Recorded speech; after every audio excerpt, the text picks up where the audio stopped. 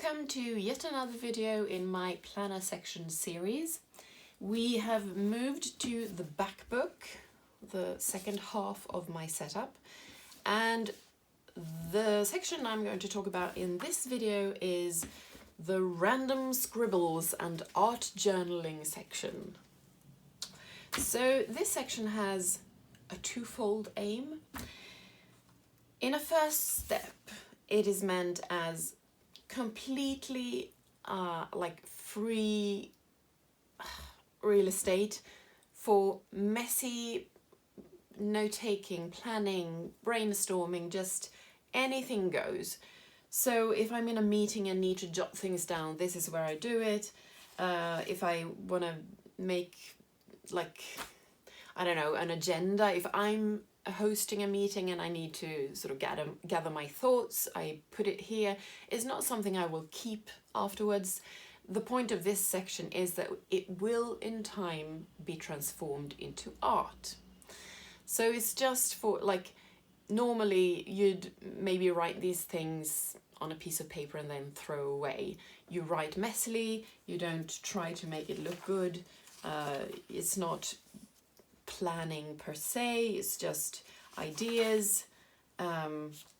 So I just, throw things onto the page to see what sticks, basically.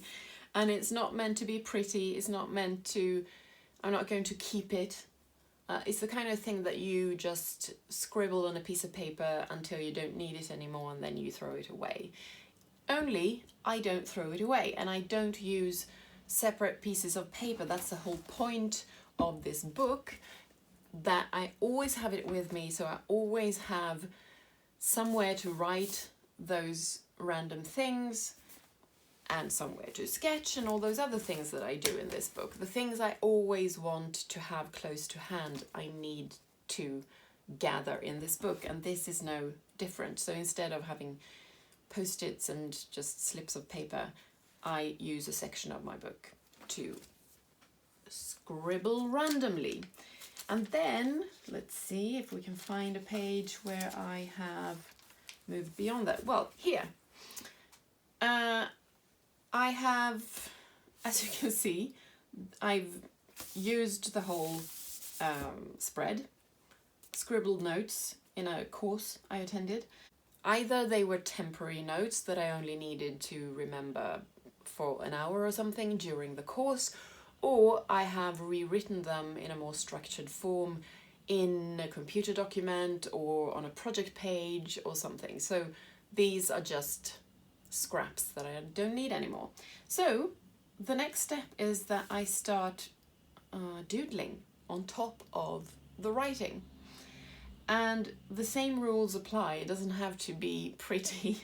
As you can see, this looks, well, it's a face. It's a doodle, but it's just a first step. It's a way of, I don't know, recycling the page and relaxing, just doodling, drawing silly things. And then after a while, the goal is that I will then start developing the image until it actually becomes kind of nice. But I don't start out like with a blank page and the goal of making something pretty, and when you try to do that, you fail miserably and you're frustrated the rest of the day. So instead I doodle freely and I just let it sit there until one day I feel like, well, maybe I can start sort of filling in. Let's see, I have some paints over here, so why not do it? Maybe I want this eye to be blue, so just fill in the blue while I'm waiting for dinner or just sitting in my kitchen chair relaxing. Maybe the lips should be blue as well, actually, because I really like this color there. And yeah, so that's a start. Maybe she has blue hair. didn't plan to do this. It just happened, which is kind of the point of this section. Okay, so now we have the start of a painting and not just a doodle. Yes. Okay, there we go. And now it's wet, so I can't turn the page. Maybe put a post-it there to protect the other side. On the other hand, why do I need to protect it? It's just trash anyway, so no.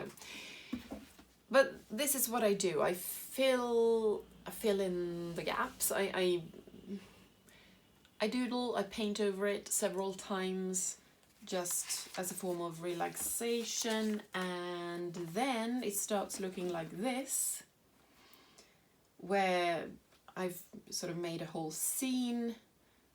This is watercolor pencil that I haven't actually done anything. I haven't added water yet, so maybe I'll do that with the same brush. So I've just, I need more water.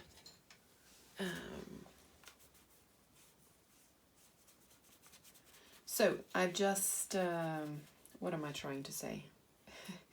Sort of colored the outlines of the page with this Derwent Inktense pencil, and now I'm using water to activate it, and I'm really not digging the orange and the blue together, so I'm going to have to do something about that.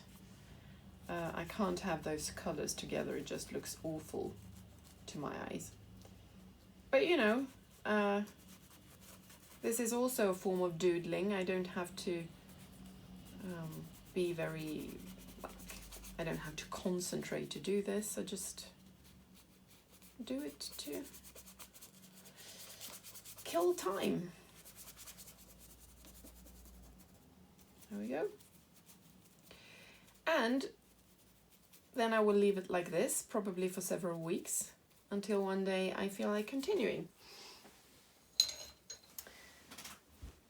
And eventually, maybe it looks like this. It's still not entirely done, but this scene, I've actually colored everything and sort of set up the pieces the way I want. I'm not super pleased with this, but I do like the colors, and it's a scene from my fantasy world, so there's that. And the next step might actually be to paint with acrylic colors on top of this, so that, you know, I have another chance to correct my mistakes, to make it look more like people, to adjust the colors, and to conceal the writing that you can actually still see beneath the color. I don't really mind seeing the text. That's kind of part of it. It can function as a background and as a reminder of what these pages used to be or hold. But I might go over this with acrylics to make it more, I don't know, cohesive, and yeah, the shadows are a bit off, and well, there are things I'd like to change, but this is sort of the first layer, the first sketch, as it were. So in time, this entire section, this random section with scribbles, will become an art journaling section. There will be just pictures on every spread, which is much nicer to keep than one of these spreads that kind of, you know, doesn't make anyone happy.